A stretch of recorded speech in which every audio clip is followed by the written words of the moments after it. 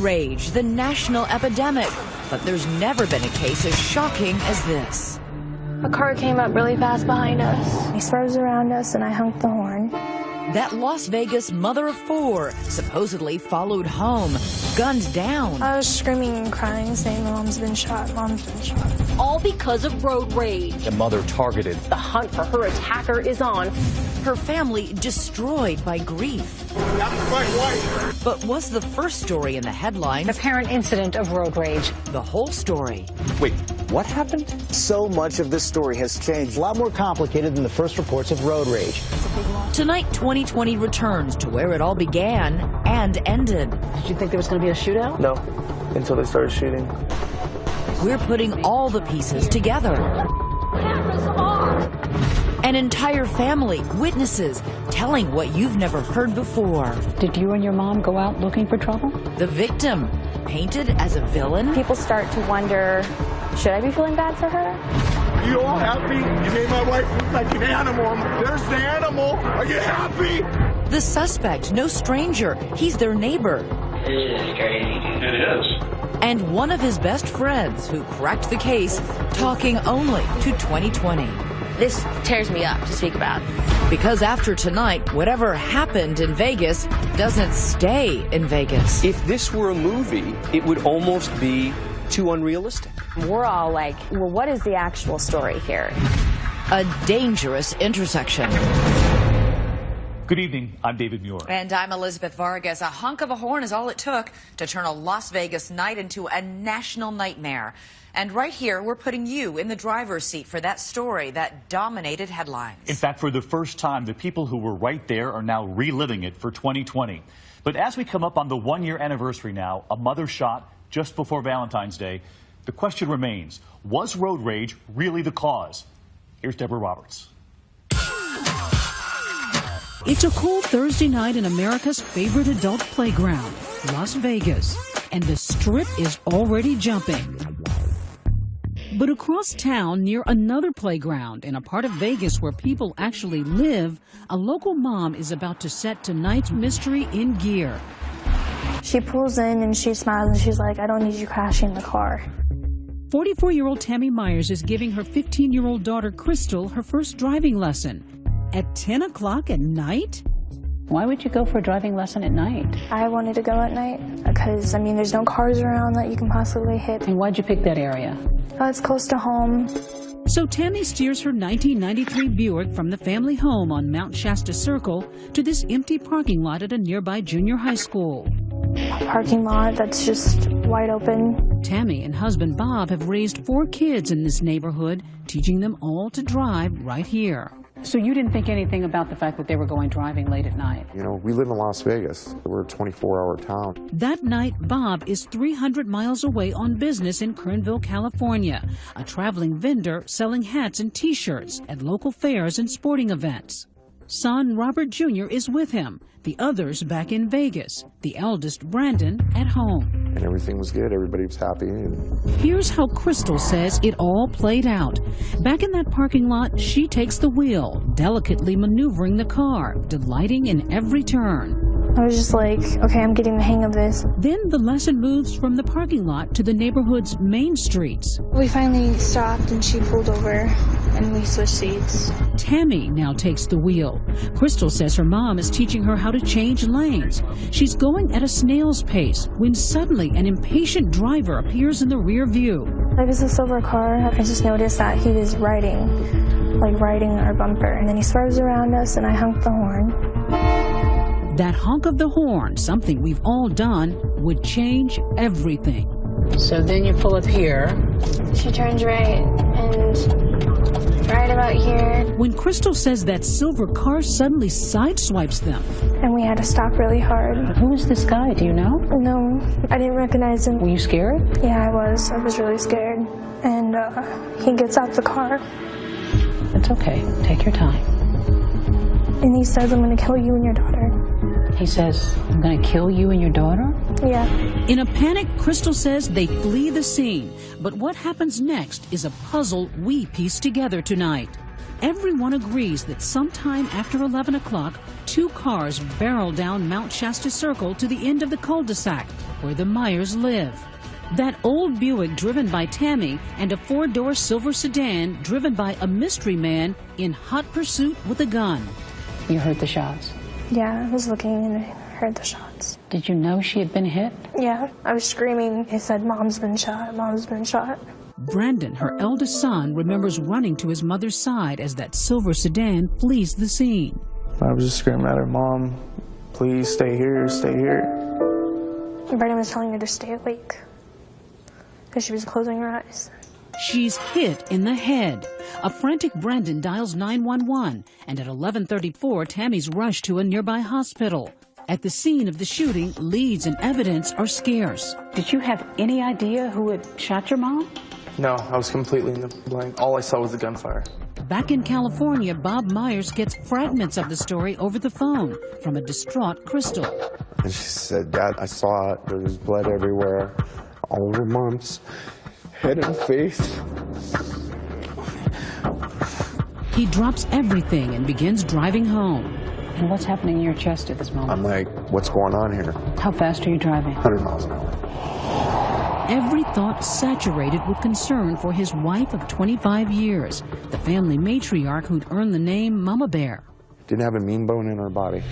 It's not until the early morning hours of February 13th when Bob, still on the road, gets a call from police. He says, "Mr. Myers, it started off as a road rage. They followed your wife home and shot your wife." Frantic, he wants to know more and begins calling TV stations, asking for updates and granting interviews. I'm speechless. I've been with this woman 25 years. He is now the vocal spokesperson for the Myers family. Local reporter Jackie Heinrich found it peculiar. He called our station when he was driving back from California and says, "Hey, I'm angry about this. How could someone do this?" I didn't want to freeze out the media, and here's why I didn't. You can't find killers without the media's help. By daybreak, Bob finally arrives at the hospital and sees his wife's lifeless body. I get to the room and I see my wife. And the sight. All right. I said, "I'm here, baby." And I said, "Oh, this is going to be okay, you know." But his optimism is quickly dashed. The main doctor says, "Sir, I hate to be the one to give you this bad news, but your wife's not going to make it." And I told my wife, "No matter what it takes, I'll find out who did this to you." Later that morning, I'm right here. You know what you did last night? You come here. an angry Bob Myers stands before the cameras saying there were as many as 3 killers in that silver car. 3 guys wanted to plow into a mother of 4 and come back and shoot her, follow her home, and kill her. By the end of the day's news cycle, here's the official narrative. Police say 3 suspects in a small silver car nearly collided with her green Buick. As the Buick becomes a makeshift memorial, Tammy Myers appears to be yet another victim in an endless string of road rage incidents. Los Angeles, Tampa, Randleman, North Carolina. And most recently, this scene in Austin, Texas. 2 men in the middle of traffic going at it with a baseball bat and a wooden pole. But this one is unlike any other. A mom cut down in her own driveway. Road rage mystery in Las Vegas. The mother shot after teaching her daughter how to drive. But despite all the attention, no arrests. The next day, February 14th, a heartbreaking Valentine's Day. Vegas police released this security video of the silver sedan cruising the neighborhood around the time of the shooting, and with it, this composite sketch. Police say this is the face of one of the suspects. Police say it's Crystal's description of one of the strangers in the car that sideswiped her and her mom, threatening to kill them. He's a big guy, 6 feet tall, weighing about 180 pounds. As far as we can tell, there was no prior contact with these individuals. They are complete strangers. There's a manhunt for this unknown guy, instilling fear in everyone across the valley. Everyone's like, could this happen to me?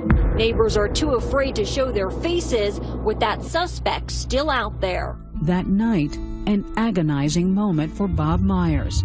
At 7:05, he disconnects his beloved wife from an artificial respirator. Always have a wife, should never leave my heart. But she's gone. I didn't want my baby to suffer, but I didn't want her to go either.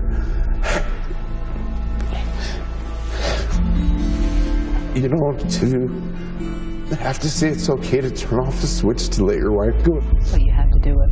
Had to. But before Tammy Myers can have a funeral, she's about to be buried. It's like they were murdering her all over again, repeatedly, daily. Tammy Myers went looking for the driver. Are you happy? As the story takes the first of what will be many sharp turns, was the innocent victim really all that innocent? Maybe this isn't what I thought it was in the beginning. And a young woman with inside knowledge about that night. But to break the case, she must find the courage to turn in a friend. You called the police. What did you say? Everything. And 2020 continues.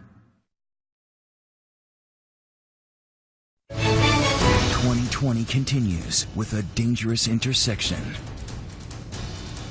3 days after removing his wife from life support, dear God, protect them in the days to come. Bob Myers holds a candlelight vigil. This is a testament to a good person in a community that needs good people. But now there are as many whispers about shooting victim Tammy Myers as there are prayers for her. I want to keep the facts as they are because it's starting to get twisted. Just hours earlier, police announced a stunning discovery, one that paints a much different picture of this Las Vegas mom. The reason I wanted everyone here was to just clarify some things. A big piece of the Myers account has been missing. Turns out, between that alleged road rage incident and the shootout, Tammy Myers returned home with no one in pursuit, dropped off her daughter, and instead of dialing 911, picked up her son, who's armed with a gun, and went back on the road. She tells her 15-year-old daughter to wake up her son, who was in bed, and have him come outside and get in the car with her so that they can find who frightened them while they were on the roadway. She got her 22-year-old son to get his weapon. I mean, people start to wonder, should I be feeling bad for her? Local reporter Jackie Heinrich says that surprising and late disclosure changed the whole tone of the story. When the police held a press conference and said, actually, Tammy Myers went back out, then they started to think, maybe this isn't what I thought it was in the beginning. Suddenly, the family is feeling the burn of online hate, with comments like, "Am I the only one who's glad she got shot?" On social media, people began to really turn on your wife and your son. Well, it bothered me. All of them did. Because my wife wasn't a troublemaker. Bob is suddenly doing damage control, insisting that this is not a vigil for a vigilante. My son is not an animal. My son is a hero in my book. So what's Brandon's story? He says his mother was convinced that road rager was headed to the house to make good on his death threat. She said, someone's trying to kill us, we need to go now. I'm like, why don't we call 911? You said, let's call 911. Yeah, and she goes, we need to get away from the house. They're trying to hurt us. So I grabbed my gun. Brandon's gun, a registered Beretta 9mm pistol. Why'd you grab the gun? Just safety precautions. Someone's trying to hurt my family, so I'm going to come protect them. Brandon takes me on a drive to relive that night with his frightened mom behind the wheel. And she just like held, her mouth was open. She was terrified. He points out the spot where he says his mom and sister were sideswiped by that angry driver. Happened right here. Right here. Do you see any cars? No, nothing. So he says they call it a night and head home. Still no cars, nobody's coming near you. No one's near us. Completely, it's a ghost town. But then, just as they make a right turn by the junior high school, he says they spot a silver car. And they were right here in front of us. She saw the silver car right here. It was literally right here in front of us. Things would escalate, leading to the shootout in the cul-de-sac, with both Brandon and that mystery shooter exchanging more than 20 rounds. But the exact how and who of the incident still puzzles police. That is, until this woman picks up a phone and drops a dime. You called the police. I felt that I had to. Were you conflicted? Absolutely. I still am, even sitting here. Nearly a week after the shootout, investigators interview this woman, Caitlin Christian. Tonight, for the first time, she's sharing her story about the night Tammy died. It was about 3 o'clock in the morning. I was sleeping, and my phone was going off the wall. She says it's her good friend, 19-year-old Eric Nausch, a wannabe rapper and pot dealer, seen here in his Instagram photos. It was, I need to come over, something important. How did he sound? Disheveled, you know, shooken up. Caitlin says Naush comes over to her apartment, confessing to a shooting in his neighborhood. And the first words out of his mouth is, "I got them." Telling her he may have shot a rival drug dealer. And then he showed you something. Mm-hmm. What did he show you? Well, he had emptied his backpack. He had pulled out his gun and extra clips for the gun. Naush leaves, and then days later it hits Caitlin. Her friend may have been involved in Tammy Myers' shooting. You read the details that there's a mom of 4 who's shot and killed. What goes through you at that moment? How could this happen? And I didn't even finish the article before I got up and called the police. She makes a wrenching decision to turn in her trusting friend. And how did you feel after the conversation once you told them what you knew? Terrible, but there's always a right and a wrong. The next day, SWAT teams, squad cars surround Eric Naush's home. He's holed up inside. Our Las Vegas affiliate, KTNV, is live on the scene. Right now, we are in the tactical phase of attempting to take a suspect into custody. Caitlin says she's texting Eric nonstop. So you were trying to convince him to surrender? Right. Still a very confusing scene out here as everybody is arriving here on scene. One of those arriving is the suspect's mother, who's in obvious distress. Guys, please, you guys get back. Please! Turn your phone off! But as the standoff drags into its second hour, questions in this already complex case are multiplying. For one thing, Eric doesn't even drive, and he bears little resemblance to Crystal Myers' description of the shooter. I mean, he's really small. He's nowhere near 6 foot. And just as bizarre, the location of his house, just a block away from the Myers residence on Mount Shasta Circle. We go through the play-by-play on this map with ABC legal analyst Dan Abrams. The irony being that the suspect is right around the corner from this family. They're out looking for some composite sketch of some guy in a road rage incident, and little do they know that it's a block away. You can literally see his home from my front door. And you walked over to his home really angry. Pajamas and all. That's my wife. You were yelling. Oh, I was upset. No, it ain't okay. Bob Myers is devastated, the police stopping him from getting any closer. And in that moment, his understandable grief turns to unforgiving anger. Are you all happy? You made my wife look like an animal and my son. There's the animal a block away. Are you happy? My wife was a victim. She lost her life.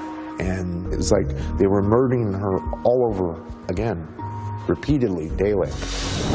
Finally, a shirtless Naush surrenders. Suspect has been taken into custody. Suspect is en route to headquarters to be interviewed. Yes, police have questions, but nobody's prepared for the shocking answers. This story's not right. My name's getting thrown in. Naush is about to spin a whole new version of the story. I freaked out. I was just like, there's no way. Stay with us. A Dangerous Intersection continues on 2020. Well, teenager in custody. His name is Eric Naush. We know the suspect is here at Metro headquarters. While the media churns the news of Eric Naush's arrest, the 19-year-old suspect himself is alone with his thoughts, slumped across an interrogation table, while others are thinking, just who is this kid? His Instagram account is full of photos of what appear to be drugs. By all accounts, Naush is a wannabe gangsta rapper and low-level drug dealer known on the streets as Baby G, the kind of guy who ends up either famous or in jail, or in this case, both. Got your water, all good? Mm-hmm. All right. But his close friend Caitlin Christian sees him more as a lost child whose father committed suicide in 2010 and is now living with his mother and a baby sister. Eric is a good person. Eric has a huge heart. Naush may be in need of a father figure, and Detective Clifford Mogg is happy to oblige, kicking off the interview with a laid-back Miranda warning. I just need to advise you of your rights, and then I want to talk about you. All right, you have the right to remain silent. After some friendly talk, So, tell me about Eric. the cuffs are off, trust building. You'll be cool with us, aren't you? And very slowly, Detective Mogg starts pulling the string. In your mind, what's this all about?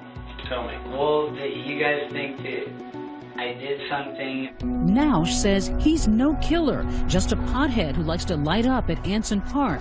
Curiously, the park just across the street from the junior high school where Tammy Myers was giving that driving lesson. The park has always been my #1 spot. But Nausch says on the night of Tammy's murder, he was hanging out at this guy's house. Yeah, murder, kill. A local rapper named Young Crane. I went over there sometime between the afternoon and I was there until the next morning. Then talk of weapons. Have you ever been in possession of any handguns, real guns? Yeah, but I got rid of it. When? Probably about like a month ago. So describe the gun. It was like this big. And it was black and it was silver. Much needed protection, Nausch says, because rival drug dealers had been threatening him and his family. Kids threaten your family or other people threaten your family? Yes.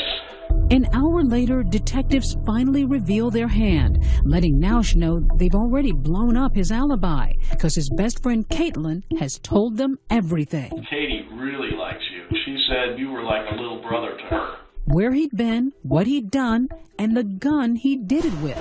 I knew about that gun that you were talking about way before you ever told me. This is crazy. It is. Everybody's trying to see you do the right thing, but everybody realizes that you made a bad mistake that night, okay? And the fact that you sought out Katie to talk to that night, that lets me know that this was really bothering you. Cornered, Nausch can no longer carry the weight on his slender shoulders. Come here, Eric. Look, son, tell me what happened, okay? You gotta get this off your mind. I ain't been no more with those bros. No more with these bros. So tell me what happened. Tell me from the beginning, Eric. Now get ready for Nausch's story, which begins just after 10 o'clock. That night, he's in the park, armed and paranoid over the threats he'd been receiving when he notices Tammy's Buick circling slowly in the school parking lot. Every direction I went, she was just following. Everywhere I went, that car was there. He says he was sure it was someone stalking him, so he hides and calls a friend to pick him up so he can get away. It was a smooth 30, 45 minutes before I even got in a car until I knew this car was out of sight. The friend arrives in a silver Audi sedan. Nausch thinks he's escaped his enemies, but almost instantly crosses paths with that Buick once again. They just came out of nowhere. They were following us, and they didn't even turn. He tells police something that surprises them, that someone in the other car was brandishing a gun at him. So far, we have you telling us that these people were waving a gun, okay? Waving a gun out the window. Listen to me. Nobody but you have said that. And he reveals something else that thus far has gone unreported. He fires shots at Tammy's car even before the fatal shooting.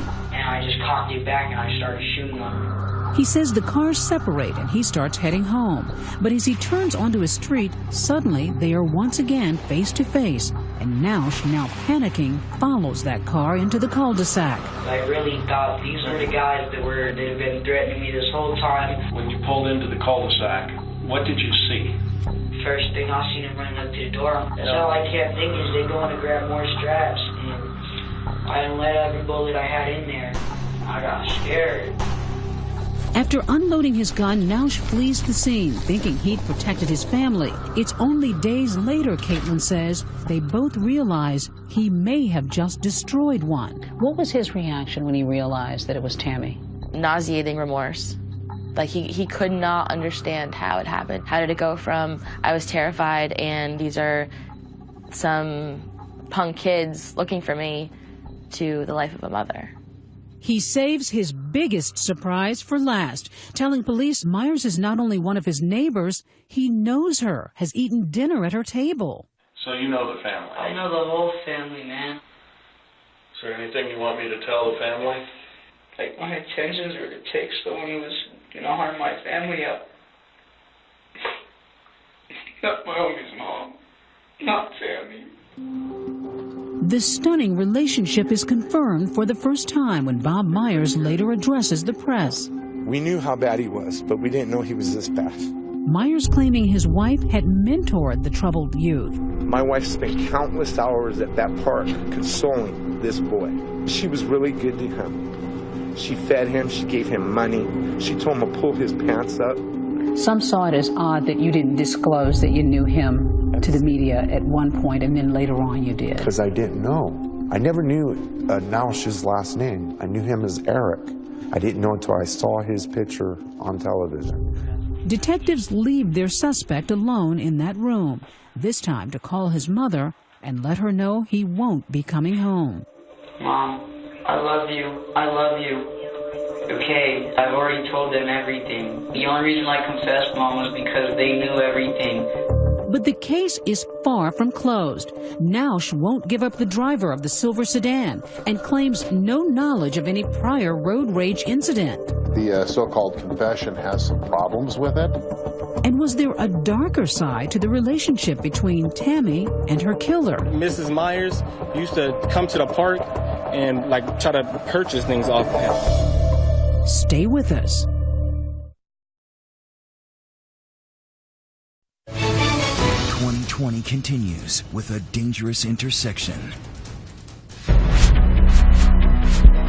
10 days after the shooting of Tammy Myers, a wide-eyed Eric Naush is ushered into a courtroom for the first time, an image that brings his friend turned informant Caitlin Christian to tears. What do you see when you see this shot in court? Just terrified. I mean, he looks the picture of a confused kid right here, don't you think? Yeah. In court, Naush is with his new defense team, Conrad and Augustus Klaus.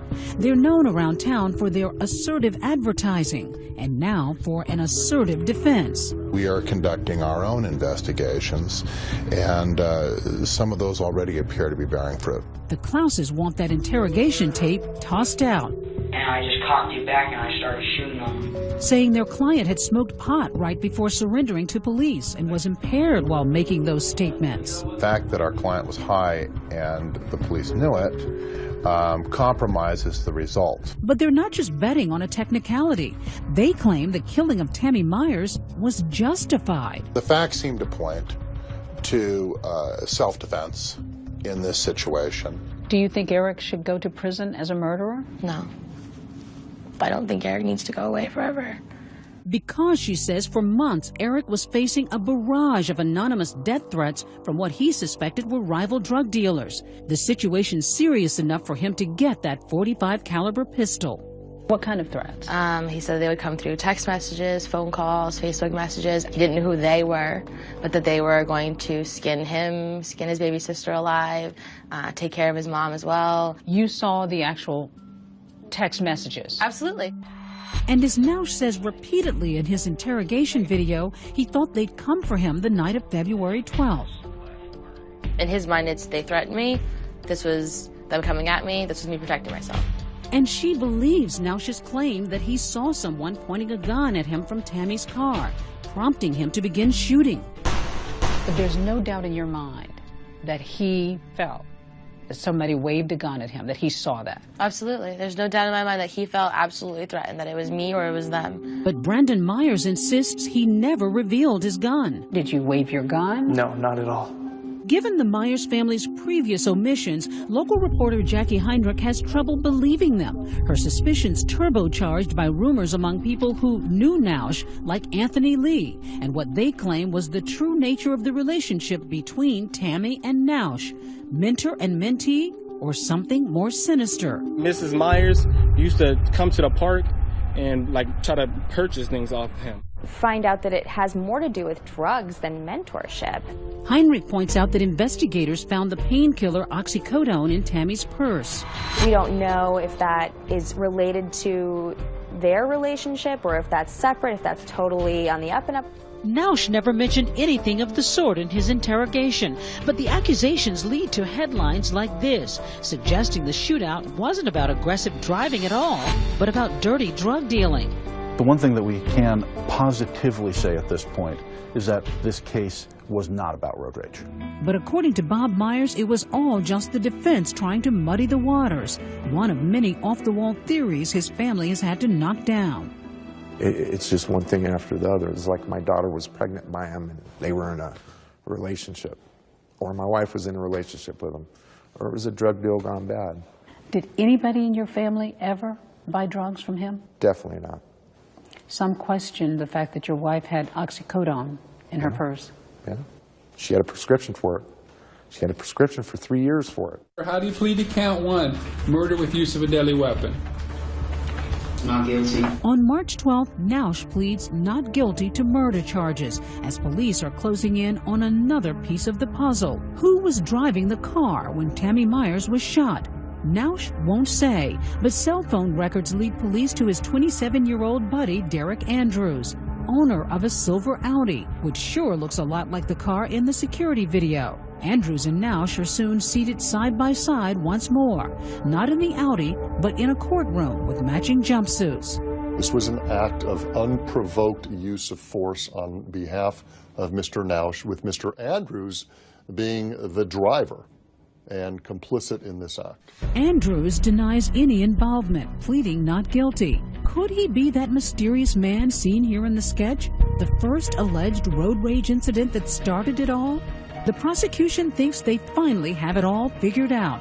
But be forewarned, truth is stranger than fiction. It turns out everybody's wrong. Don't go away.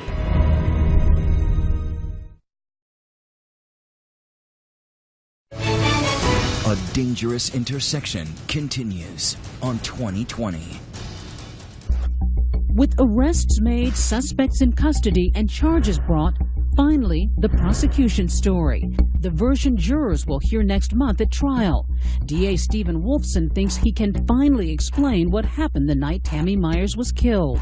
There's no evidence to support that Mrs. Myers was doing anything other than being out with her daughter, giving her daughter some sort of driving lessons. Wolfson believes Crystal Myers.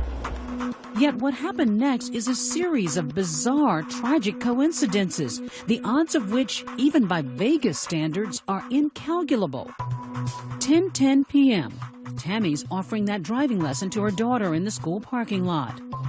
By coincidence, Eric Nausch is in a park across the street.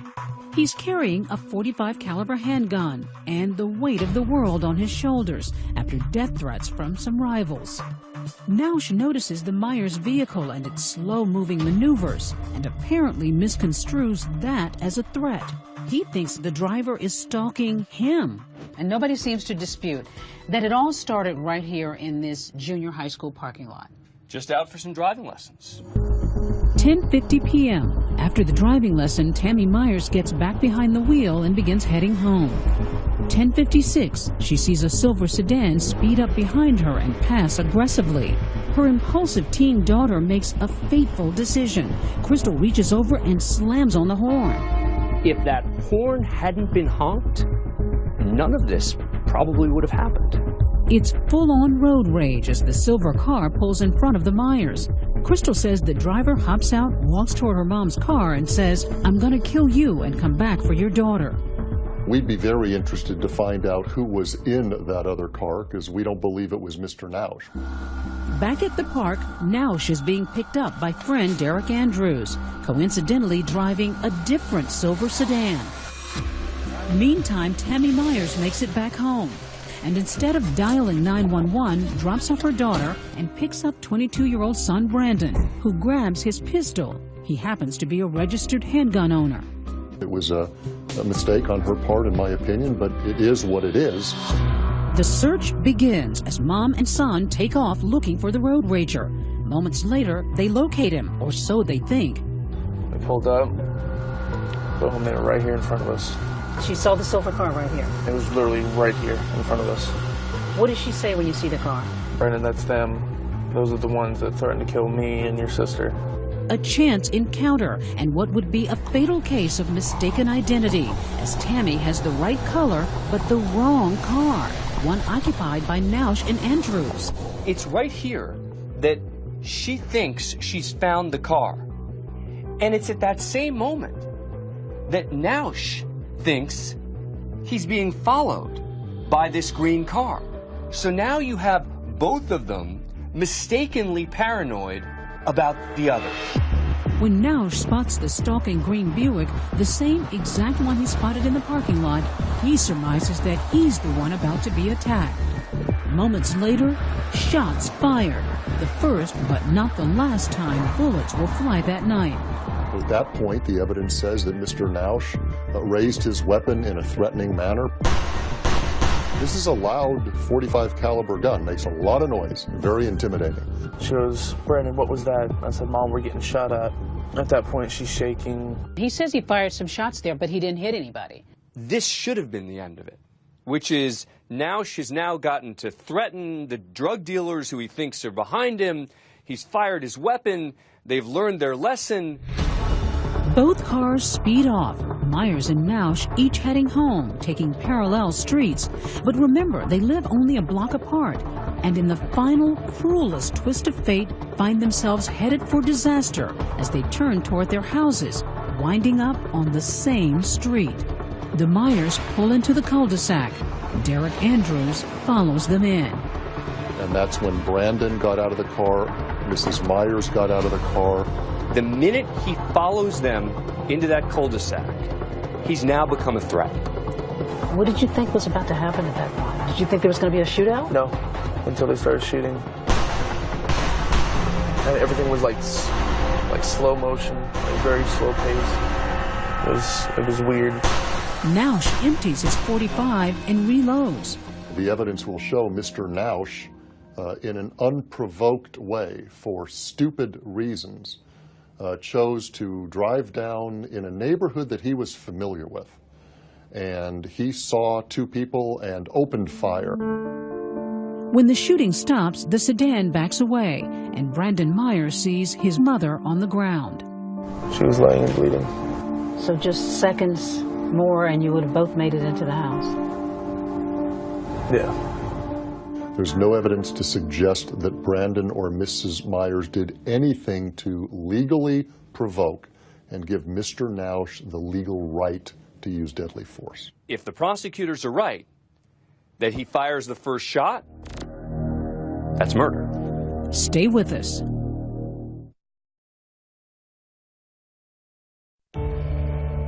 Almost exactly a year after the tragedy, the Myers family gathers for the last time on Mount Shasta Circle.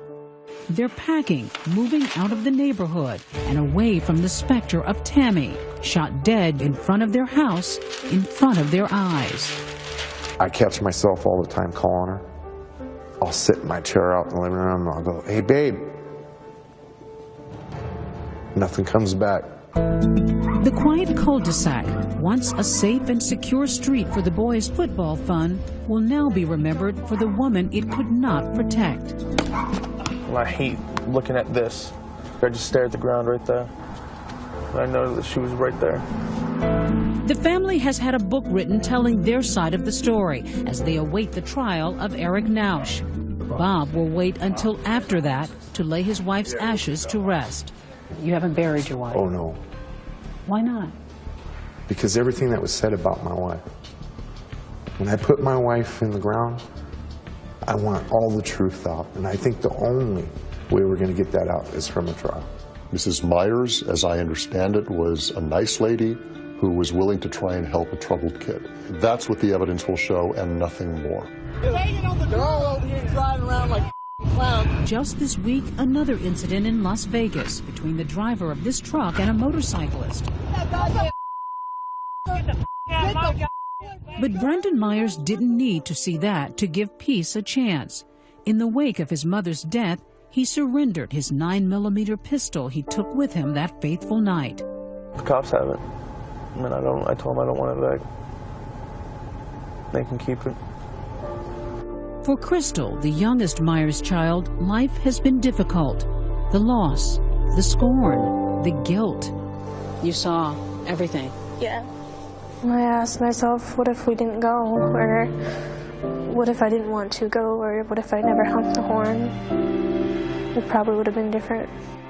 Crystal is coping the best way she knows how, through music. You say that you've actually written a song. Yeah, I did. Do you mind singing a little bit? Sure. The angel fly and let the song go. I know she'll be alright. All these people judging us everywhere we go. The pain will never leave. It will always remain the same. A loving tribute. So many questions, though, still remaining in this case. What was the real relationship between Eric and Tammy?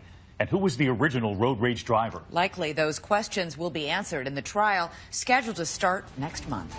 And that's our program for tonight. I'm Elizabeth Vargas. And I'm David Muir. From all of us here at 2020 and ABC News, thanks for watching. Have a good evening. Great weekend.